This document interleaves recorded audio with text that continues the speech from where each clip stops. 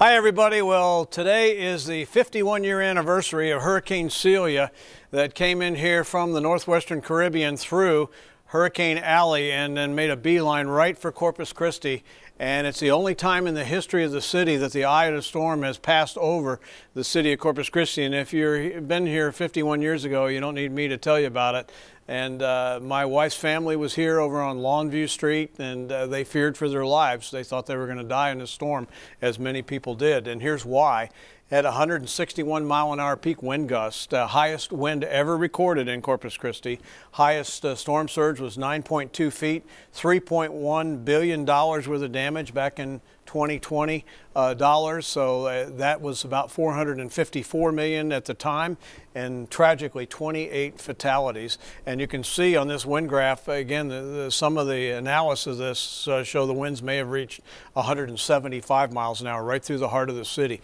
Harvey went this way, so we were on the better side of the storm here, and we only had officially a wind gust at 63 miles an hour from Harvey in the city out at the airport. So big difference, even though the storms were about the same intensity.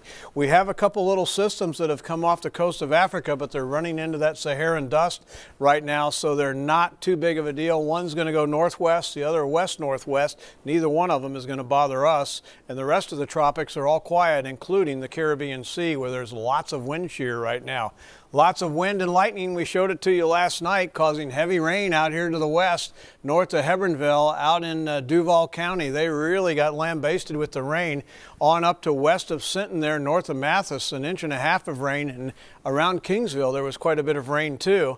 And as you can see now, most of the rain was a quiet episode today, but now is beginning to fire again. And this is primarily going to be from 8 o'clock tonight to 8 o'clock in the morning, and not so much during the day again tomorrow, with the heaviest of rain just west of Calallen, stretching westward there, around Alice, and also up here to the north around George West. And there isn't hardly any movement on these storms, and so they are dumping very heavy rain.